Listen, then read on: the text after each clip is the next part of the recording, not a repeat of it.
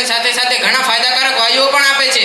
અમારે તુલસીનું છોડ તો સતત 24 કલાક ઓક્સિજન વાયુ આપનારો છોડ છે. તે કાંઈ કાર્બન ડાયોક્સાઇડ ક્યારે પણ છોડતો જ નથી. અરે તમે એની શું વાત કરો છો? અમારા ક્રિસમસ ટ્રીમાં તો ઈસુ ખ્રિસ્તનો વાસ છે. આ ઈસુ ખ્રિસ્તનો વાસ હોવાથી અમારા ઘરમાં કોઈ દી ધનની કમી નથી હોતી. અમારા તુલસીની અંદર ભગવાન વિષ્ણુનો વાસ હોય છે. ભગવાન વિષ્ણુને પ્રિય લક્ષ્મી માતા છે, એટલે અમારા ઘરમાં કોઈ દિવસ લક્ષ્મીનો વાસ રહેતો જ નથી. લક્ષ્મીની કમી રહેતી જ નથી. મારે હાસ્ય ધનની કમી નહીં રહેતી હોય, પરંતુ અમારા ક્રિસમસમાં તો એટલી તાકાત છે કે તેને ઘરને બહાર લગાડવાથી ઘરમાંથી નકારાત્મક ઉર્જા દૂર થાય છે અને સકારાત્મક ઉર્જા લાવે છે.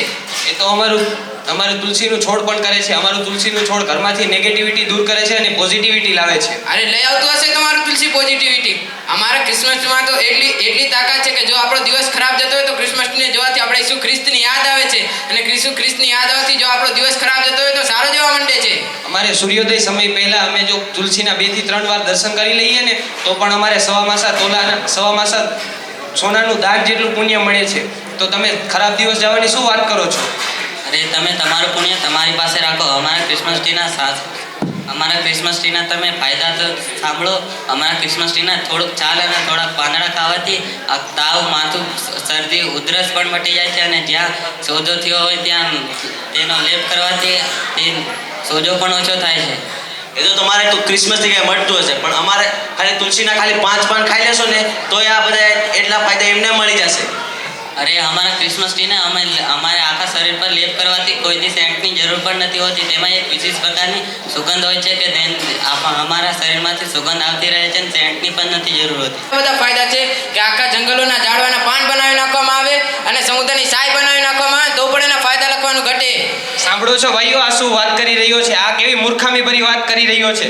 આ કહે છે કે એવું કોઈથી શક્ય જ નથી કે કોઈ વૃક્ષના એટલા બધા ફાયદા હોઈ શકે. વૃક્ષ માટે વધુમાં વધુ તમે એમ કહી શકો કે અમે ગ્રંથ બનાવી શકીએ, પણ એટલી બધી સાય બનાવવાનું ને એ વાત મૂર્ખામી ભરી છે. આવી વાત કોઈથી બહાર કહેતા નહીં, નકર તમારી મૂર્ખોમાં ગણતરી થશે. અરે મૂર્ખ તો તમે હશો. ક્રિસમસ ટ્રીના 20 પ્રકાર છે ને 20 પ્રકારમાંથી કયા પ્રકારના કેટલા ફાયદા જાણો એ તો તમે કહો. તમે 20 પ્રકારમાંથી ખાલી 5 પ્રકારના નામ તો જણાવી બતાવો. તમારે પ્રકારના નામથી શું કામ છે? તમારે તો ખાલી ફાયદાથી કામ છે ને.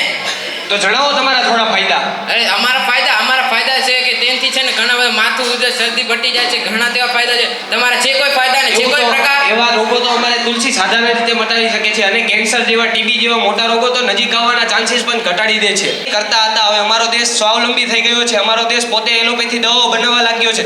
કોરોના જેવી મોટી મહામારીની વેક્સિન પણ અમારા દેશમાં જ શોધાઈ હતી. અરે તમારા દેશમાં શોધાણી હશે, પરંતુ તમારા આયુર્વેદિક ઉપચારથી તો 1-2 મહિના લાગે છે, પરંતુ અમારા એલોપેથિક દવાઓ તો 2-3 દિવસમાં જ મટી જાય છે. તમારી એલોપેથી દવાઓ 2-3 દિવસમાં રોગને મટાડતી નથી, તે ખાલી દબાવે છે રોગને, અને તે રોગ પાછો 2-3 મહિના પછી ખૂબ ભયંકર બનીને પાછો ઊભો થાય છે. અને એ વાત તમારી સાચી કે અમારી આયુર્વેદિક દવાઓ 2-3 મહિનાઓ લગાડે છે, પણ રોગને તે જડમાંથી નાબૂદ કરી દે છે. અરે તમે એ વાતને મૂકો. અમારા ક્રિસમસ ટ્રીના પાંદડા કાટાળા હોય છે, તેને અમે હાથમાં ઘસીએ છીએ ત્યારે અમારા હાથના એક્ટિવ પ્રેશરો ખુલે છે. હવે આજના આ આધુનિક સમયમાં કોણ કાંટાળા પાન ઘસશે? આજના સમયમાં ગાયે કાંટાળા પાન કોઈ દિવસ નથી ખાતી, અને અત્યારે આધુનિક સમય કેવા એક્યુપ્રેશર ખુલવાના કેટલાય સાધનો હોય કે અત્યારે કાંટાળા પાન કોણ ઘસવા બેસશે? અરે તમે કાંટાળા પાનની વાત જ મૂકી દો. કાંટાળા પાન શું તમે કરો છો? અરે અમારા વૈજ્ઞાનિકોએ રિસર્ચમાં કહેલું છે કે જો બાળકોને જેટલો આનંદ છે ને ક્રિસમસને જોવાથી થાય છે, એટલો આનંદ કોઈ પણ વૃક્ષને જોવાથી નથી થતો. એવી વાત તો અમારા દેશમાં સામાન્ય છે. અમારે સામાન્ય દેવવૃક્ષો જે વડલો, પીપળો, તુલસીને જોવાથી જે આનંદ પ્રાપ્ત થાય છે, તે તમારો ક્રિસમસ ટ્રી એટલો આનંદ પ્રાપ્ત કરાવી નથી શકતો. એ તમારે દેવવૃક્ષ તમારી પાસે રાખો. અમારો ક્રિસમસ ટ્રી જ્યારે કોઈ પણ કારણોસર મરી જાય છે ત્યારે તે ક્રિસમસ ટ્રીના અમે સળગાવીને તેના રાખને મોઢા પર લગાડીએ છીએ, ત્યારે અમારા મોઢાના દાગ અને ફોડીઓ દૂર થાય છે. એ તો ક્યારે મળશે અને પછી એનું કેટલું લાંબુ? અમારે ખાલી તુલસીના ખાલી પાન ખાઈ લેશો ને તોય એટલું બધું એમને ફાયદો થઈ જશે. પરંતુ અમારે તો ક્રિસમસ ટ્રી બળી ગયા પછી તેનો ફાયદો છે. તમારે છે કોઈ તુલસીનો ફાયદો બળી ગયા પછી? કોને કીધું અમારા તુલસી બળી ગયા પછી ફાયદો નથી? અમારે તુલસીના બળી ગયા પછી પણ જો કોઈ વ્યક્તિનું મૃત્યુ થયું હોય તો તેના અંતિમ સંસ્કાર વખતે ખાલી એક તુલસીનું લાકડાનો અમથો ટુકડો પણ રાખવામાં આવે તો તેને મોક્ષની ગતિ પ્રાપ્ત થાય છે. પણ તમારાથી સુંદરતા વધે છે બાહ્ય? અમે બાહ્ય સુંદરતાને એટલું બધું માન આપતા નથી. અમે આંતરિક સુંદરતાને મહત્વ આપીએ છીએ.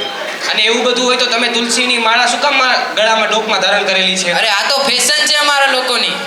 તમે પહેરી છે માળા એવું હોય તો? અમે એ તો કહીએ છીએ કે અમે આંતરિક સુંદરતાને માન આપીએ છીએ. અમે આ પહેરેલી જ છે, ધારણ કરેલી જ છે, પણ અમે કોઈને બતાવવા માટે ધારણ નથી કરતા. પણ તમારે કાંઈ તુલસી ઓલું બળી ગયા પછી કોઈ ફાયદો છે એનો? એ તો તમને કીધું તો ખરી કે એને આમ તો નાનો ટુકડો રાખવાથી પણ મોક્ષની ગતિ પ્રાપ્ત થાય છે અંતિમ સંસ્કારો વખતે. લોકો પોતાની રાહથી ભટકી ગયા છે. ઈસુ ખ્રિસ્ત પણ કહે છે કે મૃત્યુ બાદ આપણે મોક્ષની ગતિને પ્રાપ્ત થવું જોઈએ. હવે અમારી સંસ્કૃતિના લોકોને અમે સાચી રાહે આવવાનો પ્રયત્ન કરશે અને પછી ડિસેમ્બરે નાતાલની સાથે સાથે જે બીજા ખોટા ધંધા ચાલુ થયા છે તેને બંધ કરવાનો પ્રયત્ન કરશે.